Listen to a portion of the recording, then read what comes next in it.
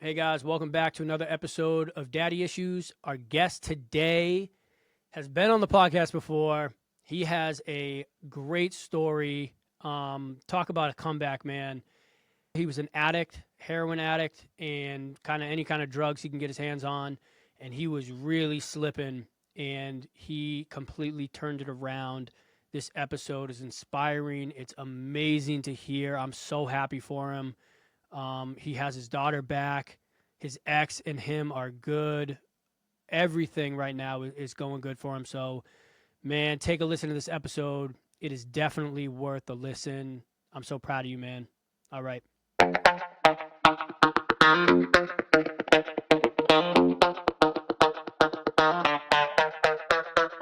Hey, so my name's Eddie. I was previously on another episode of this before where I was going through active addiction, and at this time, I hit 90 days sober here about a week ago. Um, I was in inpatient treatment for a couple of months in Seward, Alaska, which is where I'm based out of, is Alaska. It was a few hundred miles from home, and yeah, it's been a pretty crazy couple of months being sober and everything like that. I mean, how's everything going? Because last I knew, you got into like a bad car accident, but I think you Yeah, were in another car accident before that, and you kind of your mental was like, I'm unstoppable. You know what I mean? yeah, Like you're not gonna die. What's yeah. the how are you thinking now? Uh, well, I was in that mindset for a long time, and at the end of this last bout of where I actually got, before I got into treatment and everything, I was struggling with some pretty bad suicidal ideations. And so even though I was still having that, that God complex of, nothing can kill me, but I reached a point to where it felt like the only thing that could do that was me. And it was just very, very, very big rough patch in my life. That was back in October, just after my birthday. And I was I was struggling pretty good. It was tough. And, I've reached a point now to where I feel a little bit more secure in my spot in life and how everything is going. Um, you know, I I've certainly been humbled throughout this sobriety process because, I've been through a lot of traumatic experiences in my life, and I think coming to terms with the fact that being sober and being able to handle things without having to numb myself through things has brought me to a place in my life to where I'm very, very humbled. I'm not having to run away from things all the time, and having to face emotions and everything. It's been something else. That's so Um, amazing to hear. What's the relationship? I believe you had a daughter, right? yes, sir.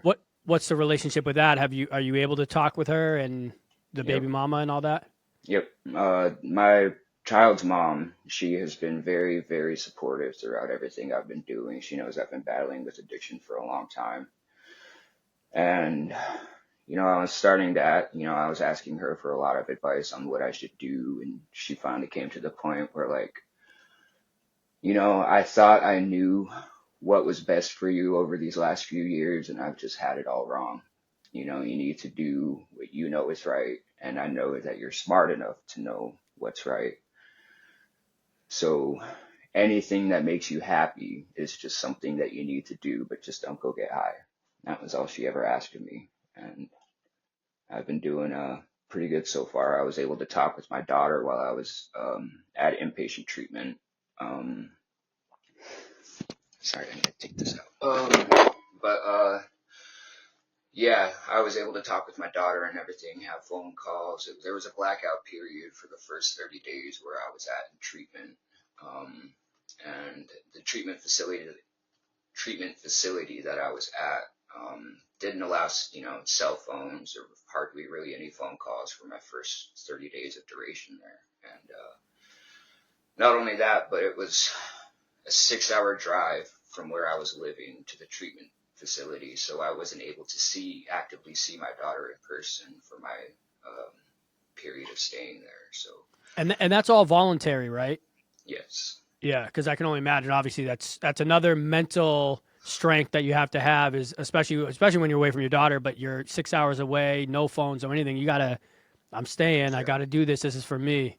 yeah. So And all I did for that first 30 days was just read books. I did a lot of journaling. Man, I read 16 books in my first Jesus. 2 weeks there. It was almost a book a day I was pumping out there, man. It was a lot of downtime and a lot of sitting and actually feeling the emotions. And it was pretty tough. I missed Christmas with my daughter. Um, I missed Thanksgiving and everything with her too. And that was, she turned 6 here on the 15th of January here, and I missed her birthday then. And it was my first time missing any big holidays and stuff like that with her, and it really, really, it was taking a huge mental toll on me just because, it was kind of giving me flat. I didn't grow up as a father, so it was just kind of giving me those feelings of anxiety, like, what am I doing?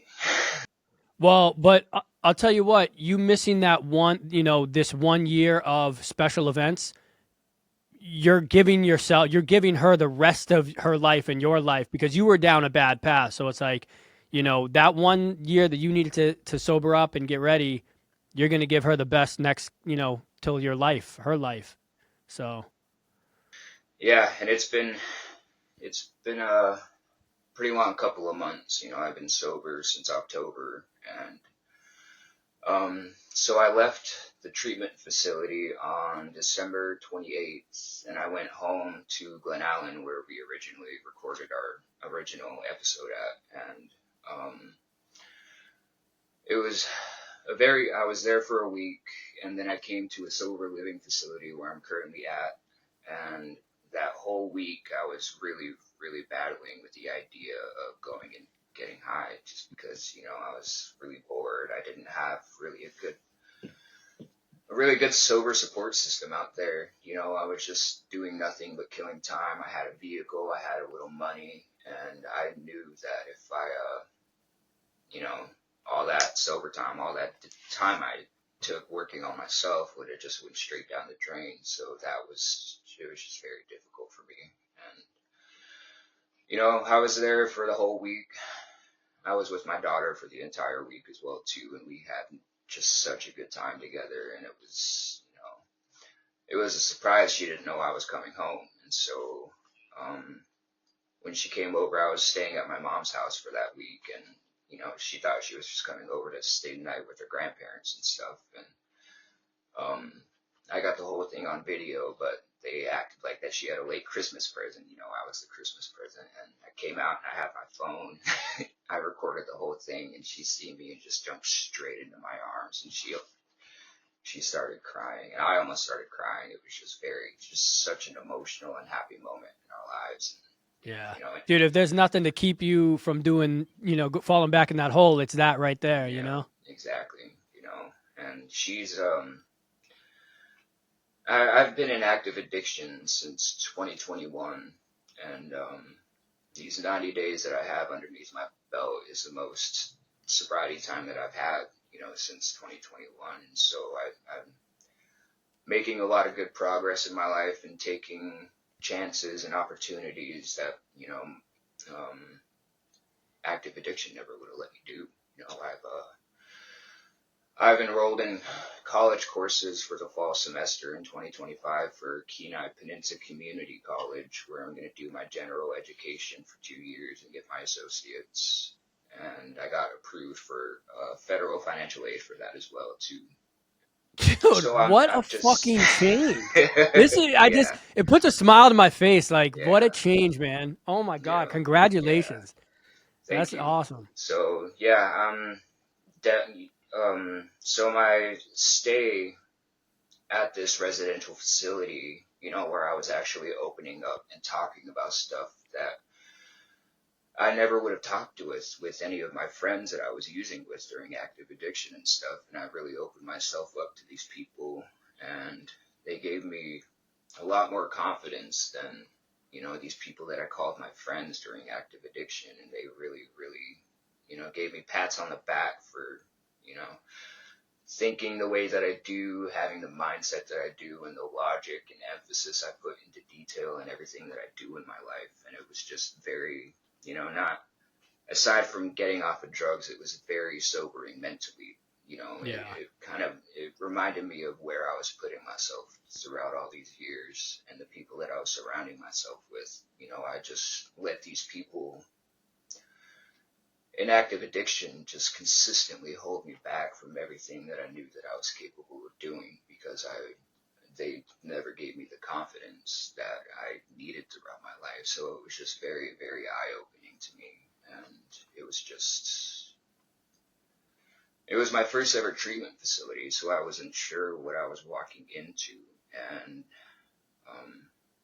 honestly, I did leave their AMA, against medical advice. And, because the program was just kind of, it was a sinking ship. And I hopped on a life raft and got out of there while it was going down because clients were leaving, staff was quitting, and it was just very stressful to me. And when I left on December 28th, I was the fifth client to leave that month. And so I think it was very stressful because the medical director there, she found out that I was coming to this sober living facility that I'm at right now, and it kind of seemed like she was wanting to keep money from walking out of the door, so she made it sound like she was like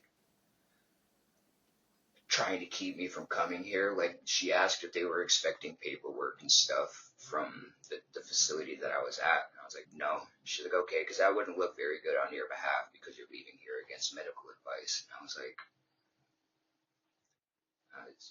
I thought they were there. There was a lot of problems while I was there, and it was a very, very good program for me at first, and it was very eye opening. But it was just going down, and it was going down fast. So I hopped out of there and came here.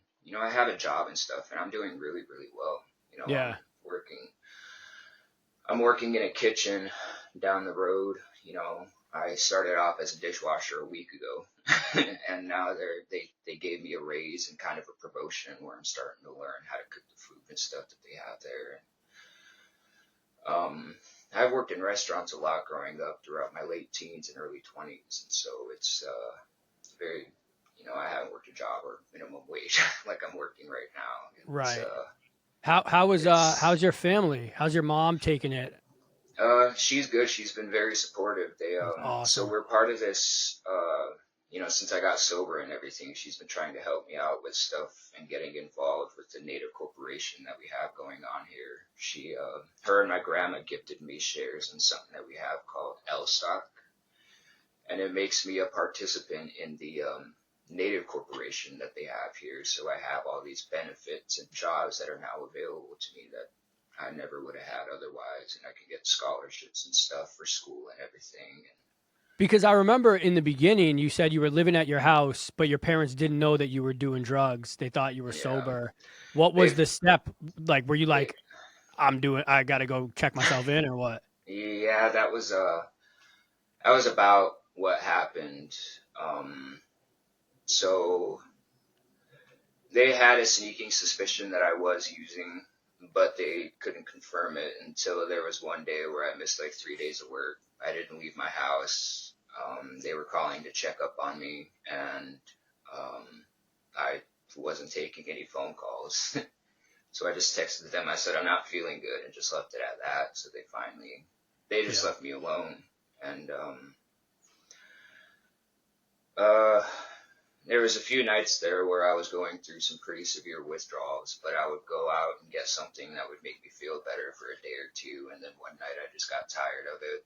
I was up for about 30 something hours with withdrawal symptoms, and eventually I went over to their house and I sat on their steps and I just started bawling. I was crying pretty good, and they asked me what was going on, and I said that I've been in relapse mode for a long time now, and um, that I just couldn't do it anymore, and I needed help getting help. And Dude, it's so uh, hard to be that vulnerable too, and ask Hmm. for help, but also break down and be like, I Yeah, fucked up. I need yeah. help. Yeah. And it was they didn't take it as bad as I thought as they were, as bad as I thought they would. Even when I was using and stuff, I figured when they found out they were gonna kick me out and have me pack up all my shit and just leave. But they were actually very understanding. They said, we'll go with you down to the clinic and we'll help you walk through everything that you need to do. My dad, he was like, there's still hope. You came here and you told us that you needed help. There's nothing wrong with that. There's nothing wrong with you. And there's still a chance for you to get help and make it through this life because I don't think you have another relapse inside of you, Eddie. I really don't think you do. And that just that made me break down even more. Oh, of course. Bro, I am I was so such freaking a happy for you, man. I am so happy for you. yeah. It's 'Cause been I've never talked to anybody who on the last one how open and like how the hard drugs you were using too. I was just like, holy shit. But like to yeah, turn that around and like just the way you're speaking now and just like you clearly your mind is clear, like you have your head on straight, like you're going for it, man, and everything's yeah, falling into place definitely. too. Like you're doing Yep. college classes, you're seeing your ex is being very good with you. Your kid, your daughter, you're seeing your daughter. I mean, everything Yeah. is happening, man, and it's just so good to hear. Yeah, yeah. It's everything is definitely taking a 180 from the last time that we speak, and um, I was even as open as I was throughout the last time that we talked, I was nervous as hell, during Yeah, the of whole course. entire conversation, and yeah, I still am, but it's definitely nice to hear that people are proud of me and that everybody just notices a huge difference in the way that I'm living now. And, Yeah. I've been getting a lot of pats on the back. I've been told that I'm a lot smarter than I give myself credit for. And, I was having a conversation with one of my counselors and she was like, what the hell are you doing here? Right, And right. You don't see that. there's this thing that we would do whenever people would graduate from the treatment facility where they would give the graduating person a certificate of graduation and a coin, and then the coin would be passed around the room and people would get their chance, give them an opportunity to speak to the person that's leaving. But there was this one client that kind of flipped it around. She was like, she didn't want people to talk to her and everything, and give her pats on the back and stuff. So she turned it around and talked to everybody in the room and gave them some encouragement to keep doing what they were doing and stuff. And when she got to me, she was like, Eddie, you are so freaking intelligent and smart and quick-witted, and it just infuriates me that you are here. And that was just that really gave me, between that and a conversation that I had with my counselor, she told me that I needed to enroll into some schooling and she was going to help me walk through everything. And while I was there, I applied for enrollment, I applied for student aid, I got the Pell Grant, and it seemed like everything was just falling into place. Just one, it was like knocking Yep. a stack of dominoes down. And everything just started falling into place. And, I applied for this sober living where I'm at now. That was the next domino in the row. And it just started working out so well. And I've just been so, so lucky with the amount of support that I've been getting these last few months. It's just been, But it's I was also kind of, on you. The way you're yeah, treating people and the way certainly. you know what I mean, the way you're moving, you're Yeah. getting the same respect back, man. It's Yeah. that's dude, it's awesome. And this is what I've been needing for a long time. For a Yeah. while there, I was in this really, really bad mindset of making sure everybody around me was taken care of, and I would go out of my way to help all these people, and I realized that I needed to stop doing that because I wasn't taking care of myself at all. I was starving myself. I wasn't eating any food. I wasn't taking care of myself mentally. and I started taking all that energy that I was putting into people around me and putting it into myself. And when I was in treatment, I kind of realized that, you know, everybody knew that I was going, but nobody was ever checking in on me. And that was a really, really big eye opener for me too, because I realized that all that energy that I was putting out to all these people that really technically didn't deserve it was not reciprocated to me at all, because Mm-hmm. these have been probably the most vulnerable 3 months of my entire life. Really opening myself up to a lot of trauma and stuff that I went through as a child. And, just, Dude, yeah, that's what's just, hard is yeah, people you think your friends are your friends, mm, and you can improve your life so much if you stop hanging with the people that are kind of just dragging you down. yes, And definitely, you know you think they're your friends, but they're really not. yeah. When it's the important times to check in and really ask about you, are they there? Yeah, certainly. I mean, there were people that I almost died with that Right. didn't bother to check with me when I was, going through these moments where I was really living with everything that I went through, that I put a lot of people, you know, trauma that I put onto a lot of other people too. It was just a very sobering moment to where I need to stop giving a shit what other people have going on in their lives. Yep. I'll be there and I'll listen to them, but I'm not going to go and fix your problems for you. I'm done with all Right. that now. I'm realizing that when I take that energy and I put it into my own life and making sure that I'm good and I'm taken care of, look at all these amazing things that are happening inside of my life. It's just, That's and awesome. for the dads that are listening now, that's what I would say. Just focus on yourself and what you need to do. Of course, make sure that your children are taken care of for sure. Those are the people that should get anything out of the glass that you're pouring for other people is to your children and to yourself. Don't not help people out in your life, but make sure that your glass is full before you go pouring into anybody else's, because when other people's glasses are full, your cup is going to be the last thing on their list.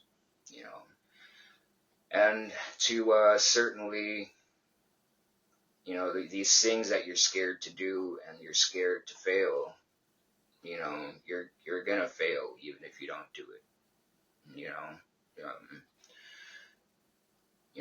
put some effort into changing things in your life, and great things are going to happen when you start facing a lot of things that you're scared to face. I never would have imagined ever going to college, because I just did not do well in school at all, just because I didn't really put any effort into it.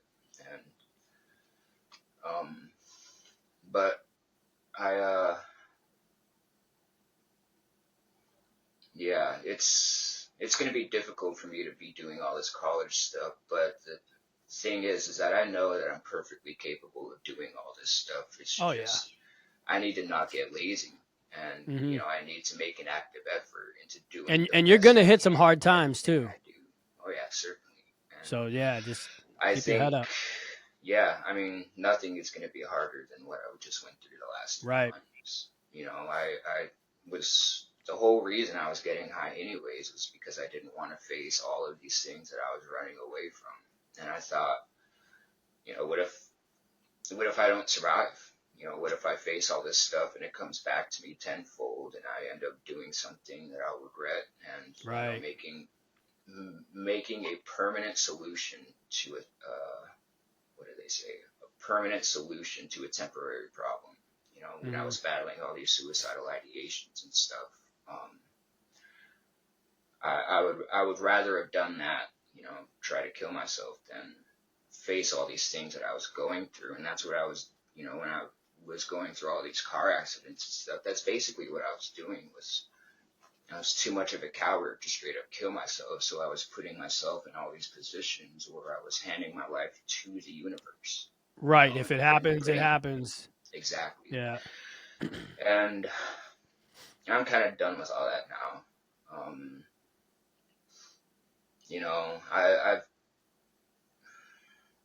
I've still been struggling, sitting here and being sober is one of the most difficult things I've done in my life. There's not a time throughout the day where I feel like going and getting high, but I just got to make it through the day.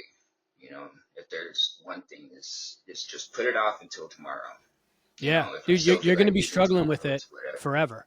Yeah, My, exactly. like And that's I told you that story last time. I have a friend named Eddie, and she tells her story. You would think she got sober last week, but she's been yeah, sober, I think, like 30 years or something. But she's yeah, so passionate about it because, like, you have to live it every day. Like every day, there's she doesn't want to fall back into it, and it's just like, damn, like you've been sober for 30 days, and you still think you could slip back into it. So it's like this is an ongoing battle for yeah, sure. But dude, you took the right it's steps, and dude, it's fucking awesome to hear this. yeah. I'm I so excited appreciate for that. you. I really do. Um, yeah, I'm just really excited to see what ends up happening. I'm making a very active effort to change my situation. You know, I haven't been very happy with the way my life has gone for the last 10 years. I've worked these Yeah, big jobs, I've made a lot of money, and it all just went straight down the drain because of drugs. I missed out on a lot of opportunities, and my goal now is to get my associates and do a credit transfer to University of Alaska Anchorage, and I'll hopefully be studying law. good And for you, man. where I got that idea was from that support group where we originally met. I've been seeing a very, very imbalance and favoritism towards mothers in the family courts. And um, so I'm aiming to either study family law or criminal defense because I've noticed there's a very huge imbalance between the two. The court is very heavily biased towards mothers and just really criminals in general. I've Hmm. been through the legal system before as a criminal and everything like that, and I've faced some pretty heavy jail time in my life. And so I'm hoping if I'm able to go through all this and get my law degree and everything, I hope that maybe I can go out there and try to make a difference for some people that, the system is definitely weighed against them, and I'm really, really hoping to, because I had this moment when I was in treatment where it felt like once I had this epiphany where I've noticed all these moments in fathers' lives on that dad support group where the courts made the biggest difference in all these men's mental health and how it fucked them. Hmm. It pushed a lot of men towards an edge that they didn't want to be in. And for a lot of men, that was the final straw, was losing their children and never seeing them and stuff like that. And it's so unfair because, um, there's men like me that struggle with a lot of stuff, and I've been very lucky that my child's mom is very, very understanding because she's an addict Yeah. herself, and um, I've been lucky to be able to see my daughter and have her and still have her around me just because of the drugs that I was using and stuff, and she could have taken every moment. Every opportunity to take me into court, put me on child support, take her away, give me only bi-weekly visits and stuff like that. Oh, absolutely. And I've just been so lucky to not have her weaponize my daughter against me. Like it seems like a lot of men face that problem. Hmm.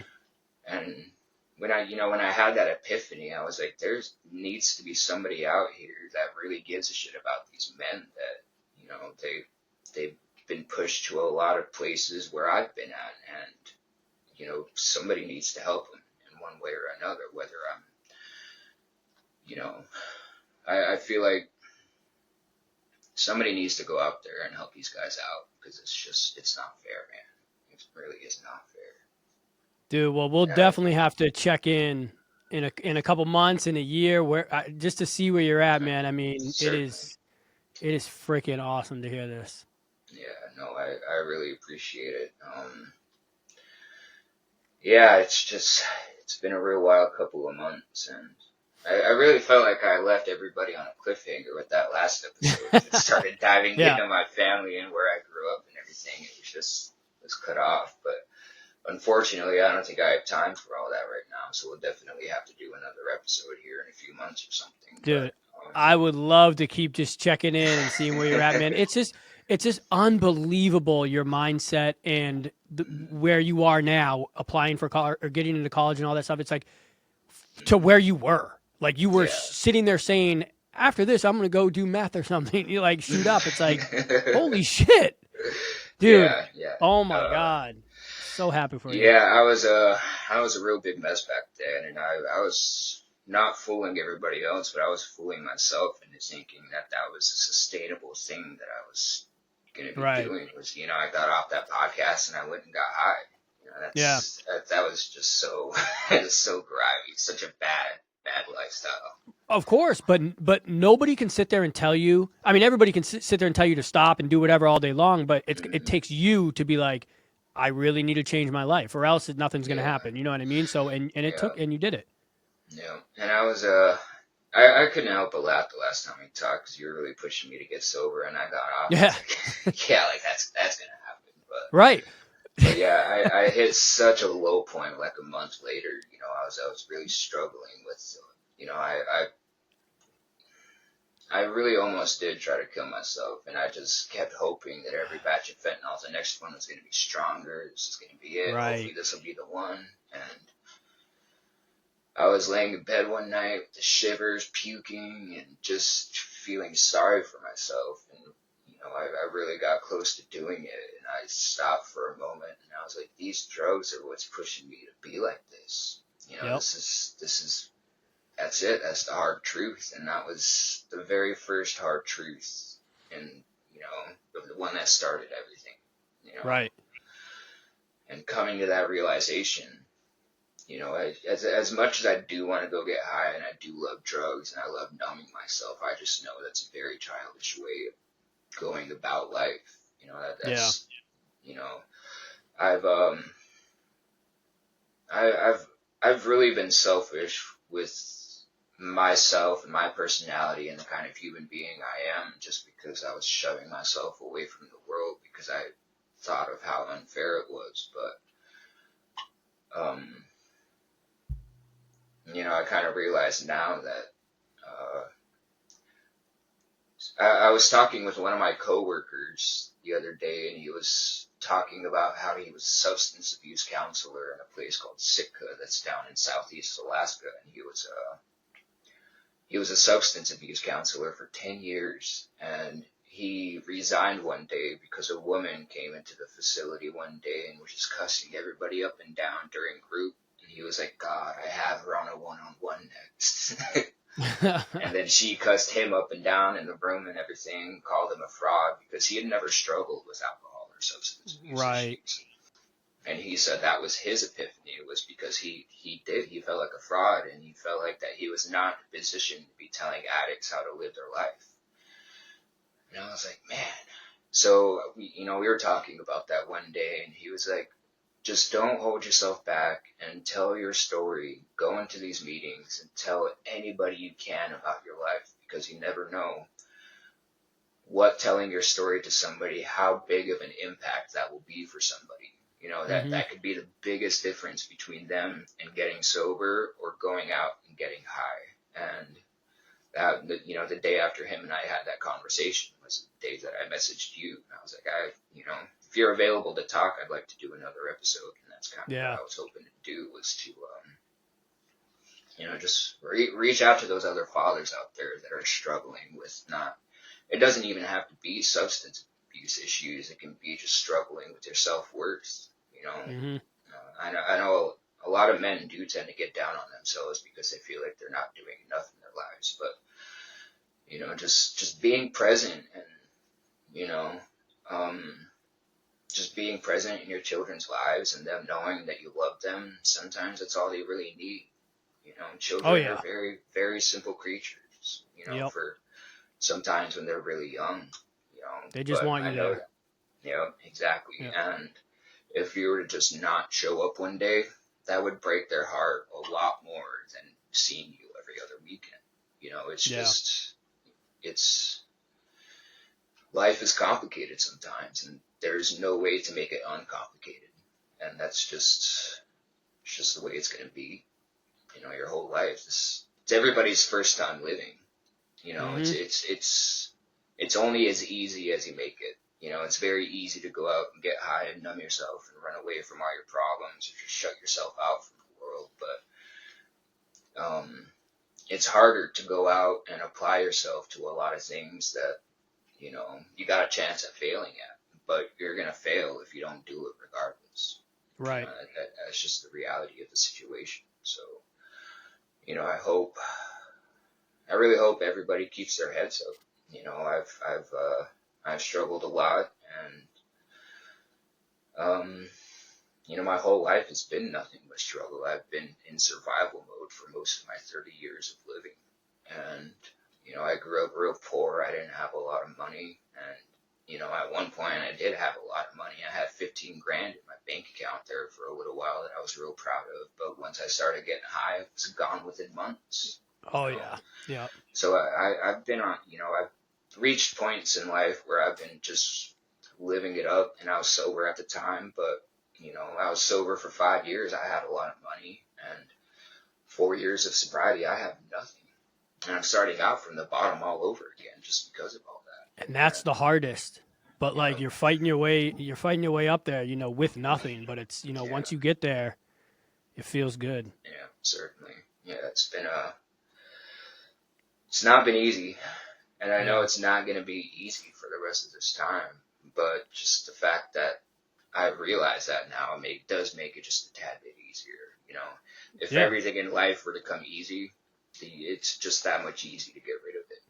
Yeah. And it's reality, man. It's all it is. Dude, this is awesome. I'm so happy for your parents too. At the same time, it's like they got their son back. You know what I mean? And yeah, certainly. it's so cool to see that. And dude, you can come on anytime and give us an update, tell your story, whatever you want to do, man. Just hit me up, and we'll jump back on here. So, right on, dude. I am so friggin' proud of you, man. So happy for you. It seems like everything's going, where it should be going now. So keep it up. Yeah, I really appreciate you having me on, having this talk, and maybe we'll get your story on the next episode or something. Hell yeah.